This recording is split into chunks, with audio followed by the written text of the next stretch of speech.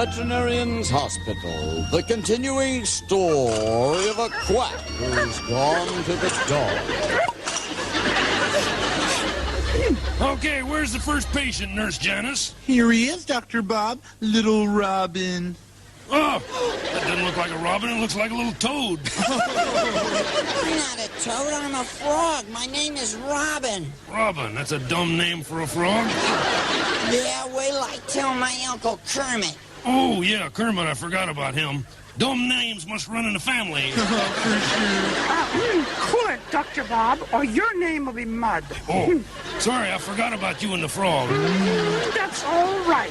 But just be careful of my dear little dear here. He'll soon be a relative of mine. What? When I marry your Uncle Kermit, I'll become your Aunt Piggy.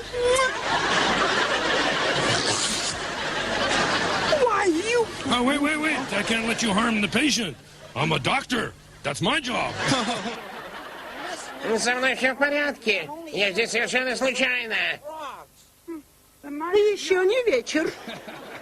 Доктор Боб, за 5 минут я не сказала ни слова. Ладно, говори.